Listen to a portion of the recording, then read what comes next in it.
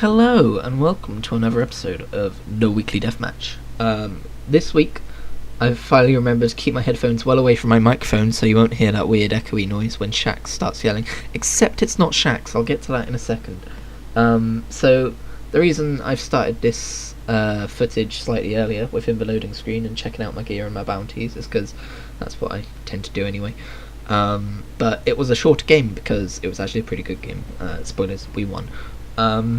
But I'm actually pretty pleased. This is like the first game I played today. But I should explain what Iron Banner is, because this isn't normal Crucible, this is Iron Banner. And for people who don't play Destiny 2, I should explain that. So in Destiny 2 you have a power level, and that dictates how powerful you are in player versus environment situations, such as open world gameplay, or strikes, or raids, or anything like that.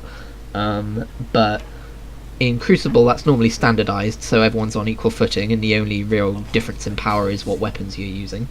But in Iron Banner, they turn that power scaling off, so if you are at the level cap, it's going to take less shots to kill someone who's at my level. So I'm kind of playing at a disadvantage here, but I'm playing it anyway because it's fun and it has some unique rewards. The armor set I'm wearing right now is from Iron Banner. And I've never looked so swish. I changed the shader on it to Suros Modular Shine, if you're interested, which you're probably not. But this also displays the fact that I've been playing Crucible quite a lot over the last few weeks, because I've learned to kind of monitor the radar, use my super better, that kind of thing. I got off to a rocky start, but wow, the video froze for quite a long time there, didn't it? I got off to a rocky start, but it turned out quite well in the end. And yeah, the reason I'm using that weird shotgun is because it's just the highest power level one I have, and power level is quite important in this, so yeah, that's what's going on there. So now that I've explained Iron Banner, Christmas! Hello, did you have a good Christmas? I had a good Christmas. It was good. I played Spider-Man. I've been playing Spider-Man since Christmas. We've been over this. And it's fucking amazing. Jesus, it's so good. It might be my favourite version of Peter Parker out of any Spider-Man universe. Just saying, he's just such a good dude. He's such a good dude. I just want someone to give him a hug and tell him that he's worth it. He's a good boy. He's a good dude. He does good things. The story in that game is fucking amazing. I've already seen a lot of it. I thought I'd seen about 80% of it. It turns out maybe I only saw about half. The game's longer than I thought it was, which is nice. But I haven't reached the part where I've watched yet. I haven't gotten up to that point yet. But it's absolutely worth playing the game, even if you've seen a Let's Play of it, because just the feel of web swinging is amazing, and the combat is really good. Like, it took me like maybe 20 minutes to half an hour to get to grips with it. At first I wasn't sure if I liked it. But I turned the difficulty down from what was essentially hard to essentially normal, because I don't know, I was having a hard time with it. The Fisk battle I actually think is quite tough. Also, by the way, where the fuck did this guy go, and where did he come from? I was really confused. Glad I caught that, because I wanted to mention that. But yeah, I think the Fisk battle at the start of the game is actually quite tough. Like, it gets thrown at you quite early on for what you know at that point, and the game's always teaching you things as you as you progress throughout towards the end stages of Act 1, which is where I've got to. I finished Act 1.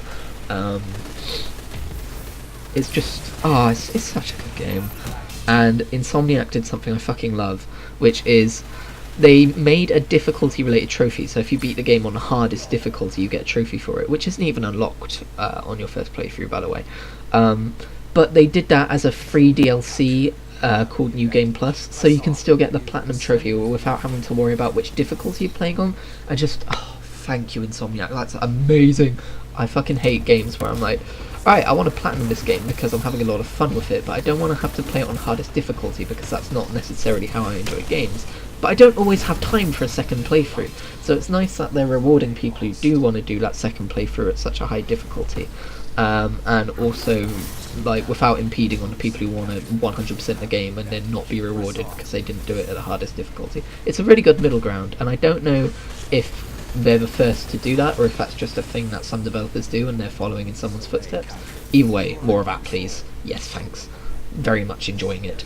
Probably going to try and platinum that game because it has a lot of collectibles, but New York City is so much fun to just traverse and do things in, and it's just all of my yes would be my game of the year, except I've already written my game of the year list, and I'm going to get into that now.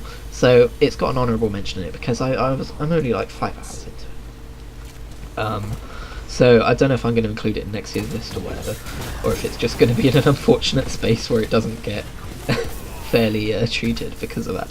But I've written my list of my top 10 games of the year, and I have to say this is my favourite list so far. I've done 3 lists. My first was 5 games, my second was 10, and then this year is 10 as well. And once again, I must mention it's not games that were necessarily released this year, it's games that I played this year, because I'm not giving out physical awards to developers. I don't need to follow that thing. And also, the usual reason for this rule is I don't normally play games that were released recently, except on this list most of them were actually released this year, so that's fine. But this was just such a good year for games, and for me personally, playing games and discovering games, and I'm just really happy with the list. And that'll be coming out probably later today, if not sometime tomorrow maybe. If you're interested, I might try and remember to put it in the description of this video once it's complete. But yeah, 10 games, 3 honourable mentions at the start, so 13 games really, which I discuss. One of them is number 1. Which one? Well, we're gonna have to wait and see.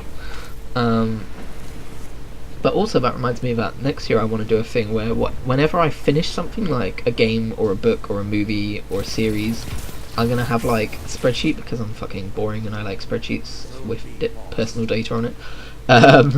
And I'm gonna like have columns for them, and like just so I can keep track of what I've actually done this year, especially for my game of year list, because it's really hard like throwing my memory back and trying to remember everything I've played this year and worrying that I've missed stuff. Of course, the general idea would be that if you've missed something, then it's probably not worth talking about. But that being said, I did nearly miss Captain Toad's treasure tracker, so I had to quickly make room for that, because that deserved to be on there. I forgot to mention something about Iron Banner, I'm sorry. In normal Crucible, when you do this mode, which is the capture mode, I forget what it's called, might just be called capture, if you get all 3 zones, then it's a power play until they take one of the zones back.